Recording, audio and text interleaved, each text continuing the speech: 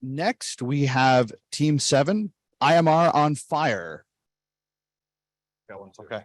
Oh, thanks. Hi, I'm Seth Berkowitz. I'm joined by my colleague Mohammed remotely. My SIIM persona is an IMR evangelist. I also want to give a shout out to Les Folio, who is my IMR spiritual advisor, as we try to spread the gospel to everyone in the community. I figured that the winning team this year would be using generative AI in some fashion. And so what I did is I typed in the prompt logo for medical document on FHIR into DALL-E and Microsoft Bing Image Creator, and I got this logo. But actually there were several iterations of prompts before that to get to this, so it was not trivial.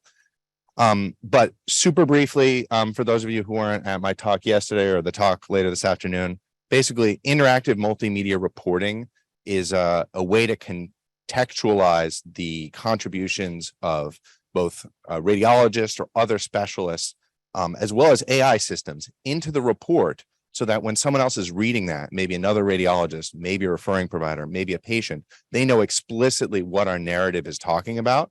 And the way that's done is through the creation of hyperlinks that link directly to discrete findings in the images. So we're really bridging the gap between the report and the images. And the problem is our current workflow, this is broken. There are a lot of technical barriers that prevent our image display systems from communicating with report authoring to our EHRs. And the really, really exciting thing is over the last couple of years, IHE is working really hard to set profiles using existing standards to break down these barriers.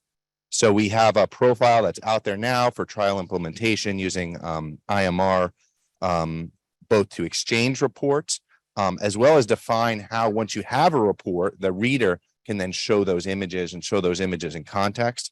And then right now they're drafting how this actually can be created.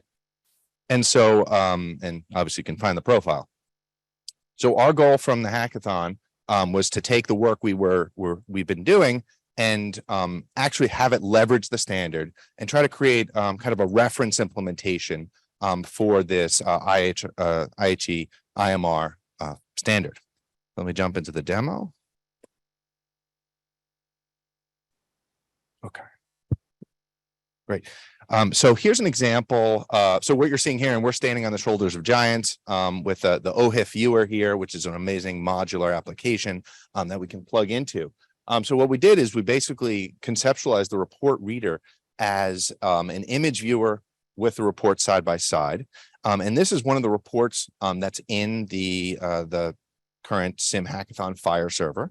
And it looks like one of our standard reports that you'd read. And basically, you know, if I want to figure out what the radiologist is talking about, I have to parse this using my neural network up there. I have to figure out, okay, image 28. So let me scroll to image 28. I really wish I had a scroll wheel.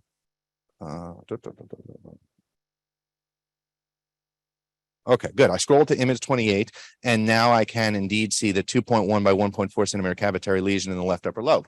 Perfect.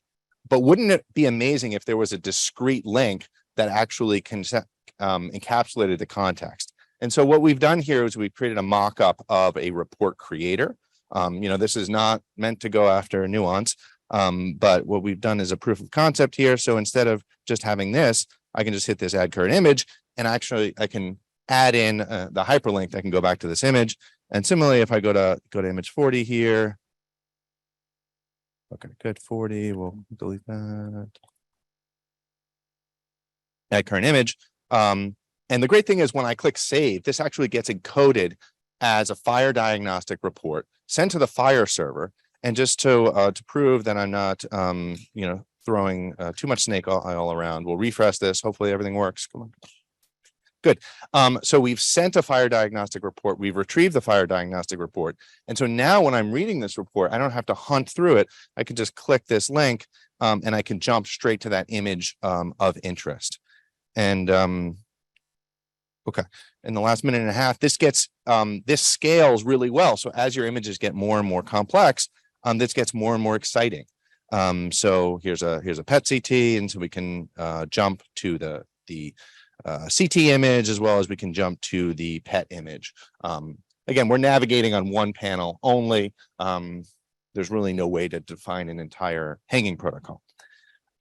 And it gets even more exciting as we think about how we can actually encode not just image references, but actually annotations.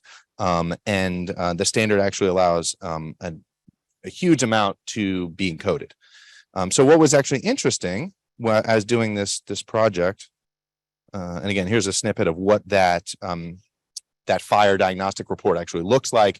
It's a subset of HTML that actually puts markup on the report text. But as you know, if you're on the bleeding edge, sometimes you get hurt.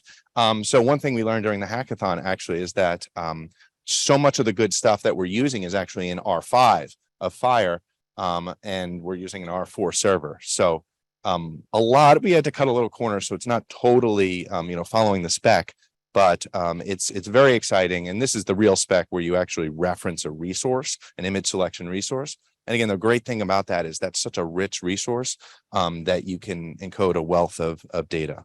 So thank you. Happy to take questions.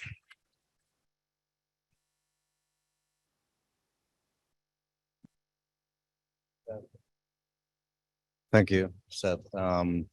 Very interesting. I wanted to ask you if you're That could have been a lot worse. if you're able to encode when you say add image, it adds the link, in the section of the report. Can you encode a range of images when in the report to say, all right, well, what I'm referring to is within these 3 or 4 slices. Is there a way to code that without being independent? Actually, that's super interesting because this is something we grappled with this week. So I didn't realize it, but yes, the image selection resource is has multiplicity. So you can encode a range of images or annotations. I think what gets challenging is then how to present that as a user experience. And so I think generally in our mock-up, one link is one image. Because again, we want to present the image in the context of its parent series. And so what we envisioned is if the image selection resource had multiple individual, targets to actually expand those out as separate links. Maybe a quick question about this link. Maybe I missed it, but is it available to link those images in those? So if the report is not open in the image viewer, but shared as a textual file in another system, such as a basic text viewer, is there a way to just link it directly so that a physician could look at it without having an image viewer, such an image viewer? Yeah, great question. So in the standard, the magic is encoding the instance UID obviously into the report. And not only that, but also the fully qualified WADO domain to retrieve that image. And so what we imagine, and in the spec, there's kind of different classifications of image viewers.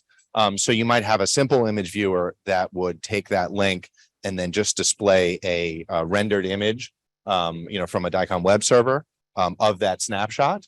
But we think really the power is in, linking to the image in context. So not just showing the thumbnail, but showing that image in the full context of its parent series. But obviously you'd need a more sophisticated reader, the kind of thing that we're showing. But I think the FHIR the standard allows for both of those. Okay, thank you so much. Team 7, thank you so much.